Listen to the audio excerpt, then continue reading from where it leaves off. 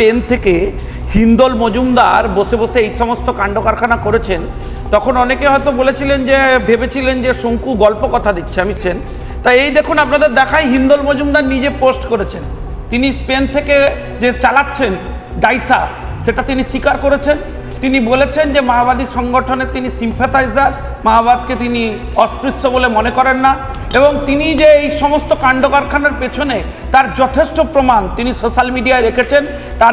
তার সমস্ত ডকুমেন্ট সমেত কিছুক্ষণ আগে আমি কেন্দ্রীয় বিদেশ মন্ত্রী ডক্টর এস জয়শঙ্করকে পুরো বিষয়টি সরকারিভাবে অভিযোগ জানিয়েছি with every document and link connection, এবং তার সাথে সাথে আমি দুটো স্পেসিফিক কমপ্লেন লঞ্চ করেছি।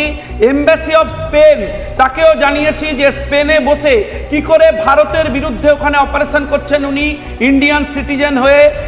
এই অভিযোগ আপনি জানিয়েছেন? ইয়েস, ফর্মালি জানিয়ে দিয়েছি এবং সেই অভিযোগের কপি আপনাদের দিয়ে দিচ্ছি।